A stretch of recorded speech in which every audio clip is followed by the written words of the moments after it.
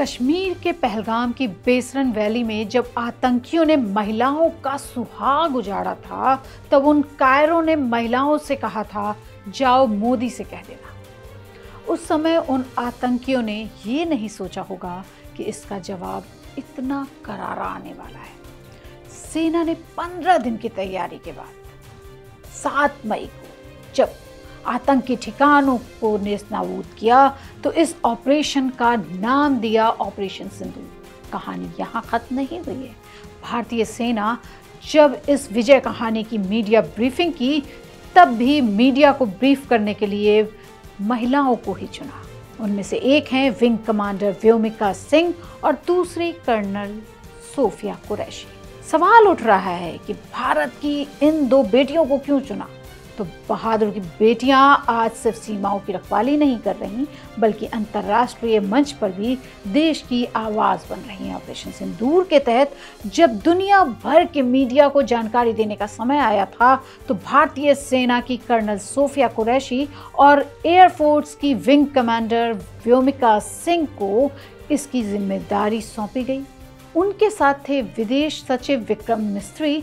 यह पल भारत की रक्षा सेवाओं में महिलाओं की बढ़ती भागीदारी का प्रतीक बन गया।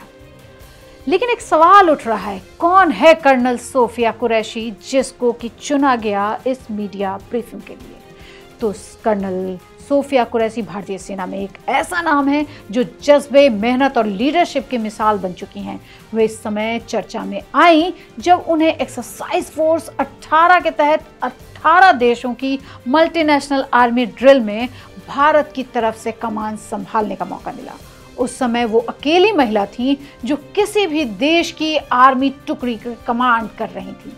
उन्होंने 40 सैनिकों की भारतीय टीम का नेतृत्व किया। सोफिया ने 17 साल की उम्र में ही भारतीय सेना को ज्वाइन कर लिया था। कर्नल सोफिया का अब तक का सफर कैसा रहा है, इसमें भी लोगों को बड़ा इंटरेस्ट है, तो हम ले आए हैं आपके लिए। गुजरात की रहने वाली सोफिया ने बायोकेमिस्ट्री में पोस्ट ग्रेजुएशन किया है, जिससे उनकी पढ़ाई और सेना के प्रशिक्षण का बेहतरीन तालमेल भी दिखता है। वो सिग्नल कोर से हैं जो सेना के कम्युनिकेशन और सूचना प्रणाली की जिम्मेदारी संभालती हैं। साल 2006 में वो यूएन पीस कीपिंग मिशन के तहत कांगो में तैनात रहीं और 6 वर्षों से ज़्यादा समय से शांति मिशनों पर अहम भूमिका निभाती रही हैं। उन्हें पीस कीपिंग ट्रेनिंग ग्रुप से चुना गया, जो अंतर्राष्ट्रीय मिशनों के लिए सबसे बेहतर ट्रेनिंग देते हैं। उनका रिश्ता सेना से पुराना है। उनके दादा सेना में थे और उनके पति मैकेनाइज्ड इन्फेंट्री में अधिकारी हैं। अब बात करेंगे कमांडर व्योमिका सिंह की, तो वो भारतीय सेना में हेलीकॉप्टर पायलट हैं। उन्हें 2500 घंटे से अधिक फ्लाई करने का तजुर्बा है। वह चेतक और चीता हेलीकॉप्टर को ऐसे उड़ाती हैं जैसे लोग बच्चों के खिलौने उड़ाते हैं।